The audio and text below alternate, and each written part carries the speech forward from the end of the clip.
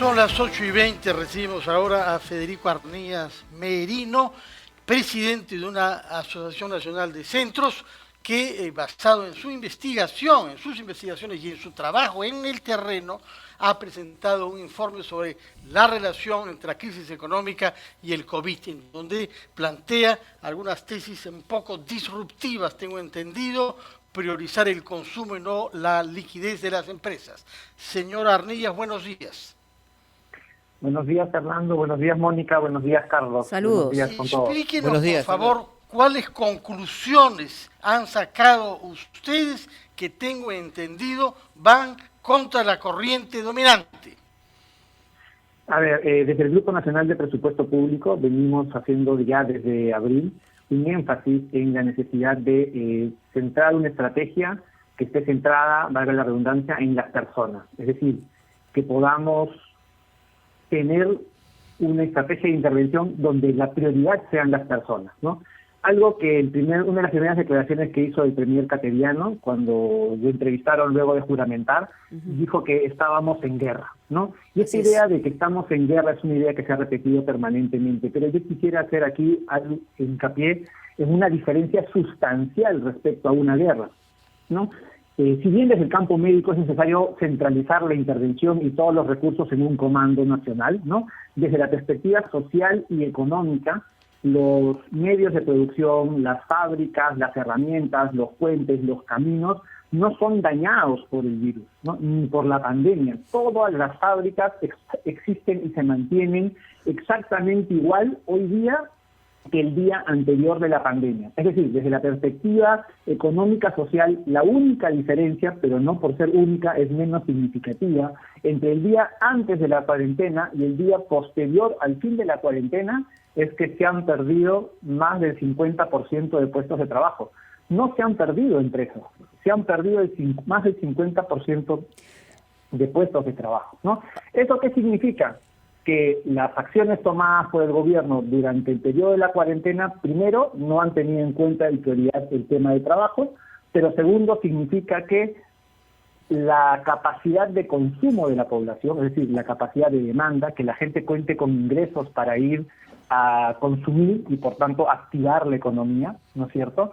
Hoy día ha retrocedido, ¿no? Y básicamente hemos perdido el 59% de capacidad de consumo de la población. Es decir, cada mes la población tiene a nivel nacional 59% menos capacidad de consumo. ¿Cómo podemos reactivar la economía si no hay recursos para consumir? En el modelo económico, y siempre nos hablan de oferta y demanda, pero la verdad es que ninguna empresa invierte donde no va a tener que vender. Y lo que estamos viendo, o lo que vamos a ver, es que si no garantizamos ingresos a la población, no vamos a tener una recuperación económica importante. No es que no vaya a haber, va a haber, pero va a ser demasiado lenta para lo que el país necesita, y sobre todo va a ser demasiado lenta respecto a la posibilidad de generar nuevos empleos. Sí, para, digamos, aterrizar incluso un poco más lo que señala, tiene que ver con estas comparaciones con las guerras. Empezaron con el propio presidente Vizcarra, que hizo la referencia de la Guerra del Pacífico, y efectivamente lo que hemos tenido es un apagón súbito que ha durado prácticamente 4 meses. Entonces, de la noche a la mañana estaba funcionando todo y dejó de funcionar, ¿no? Y en este instante hay 2 palabras que creo que están en la cabeza de los empresarios y de la gente: incertidumbre y desconfianza. Y eso es lo que está vinculado, imagino, a la economía y a la posibilidad de ver de qué manera se agiliza el consumo. Pero eso depende de las 2 partes y, sobre todo, depende de la actitud que tenga el gobierno que está de salida. Yo totalmente de acuerdo con usted, Mónica. Como por eso digo, yo creo que el gobierno, primero, la gente tiene incertidumbre, principalmente porque no tiene ingresos, sabe que no hay demanda de trabajo y entonces no sabe de qué va a vivir los próximos meses, ¿no? Otras épocas y en otros contextos la gente podría salir a la calle, vender en la calle, digamos, emprender sus propios negocios. Pero hoy día todos los negocios, o los principales negocios que han sido la fuente de ingresos de los emprendedores nacionales, las peluquerías, los restaurantes, los carritos sanduicheros, en fin, podríamos ver un sinnúmero, son los principales afectados por la crisis. ¿no? Son los que están principalmente afectados por el COVID. Entonces, el principal medio de, digamos, las principales salidas, ¿no? Informales, además, ¿no? De la población, son las que están principalmente afectadas.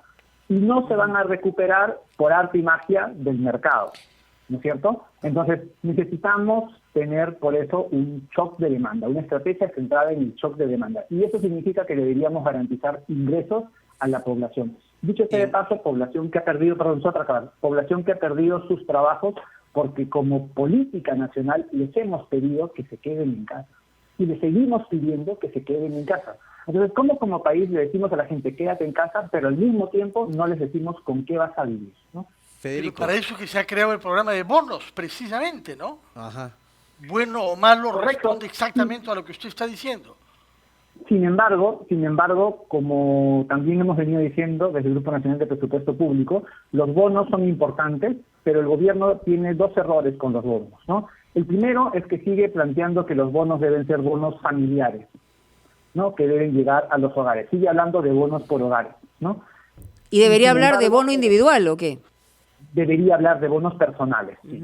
¿Por qué? Porque los hogares tienen composiciones distintas, ¿no? Más, para que tenga una idea, ¿no? Más del 60% de los hogares tienen más de 3 a 4 miembros de edad. O sea, hay más del 60% de los hogares tienen más de 3 miembros, ¿no? Segundo problema del bono, ¿no? Primero que hace un bono único de 760 por los primeros 4 meses y anuncia un segundo bono de 760, ¿no? Que va a llegar en 2 meses, pero que supuestamente servirán para cubrir los próximos meses, ¿no? Esa es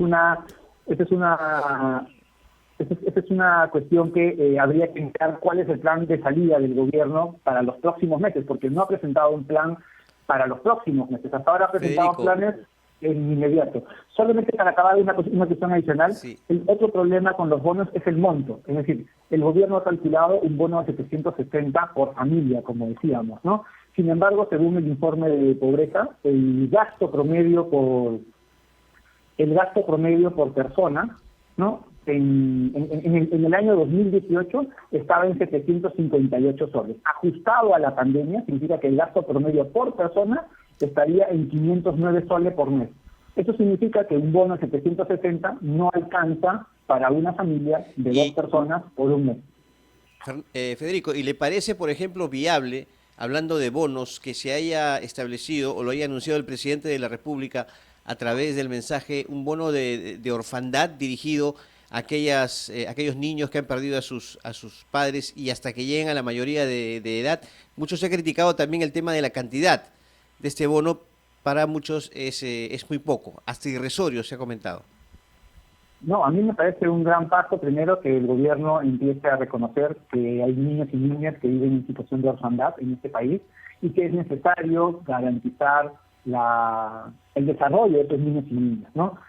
Obviamente vivimos en un contexto particular de niños y niñas que son víctimas de orfandad por COVID, ¿no? Pero hay muchos niños que terminan siendo, en algunos casos no de orfandad, pero son separados de sus padres o de sus madres por situaciones de violencia, por ejemplo, al interior de la familia, ¿no? Entonces, creo que al respecto a los niños y las niñas que pierden al cuidado de sus padres, debería haber del lado del NIN, ¿no? Una estrategia mucho más integral que cubra a todos los niños que están en esa situación, ¿no?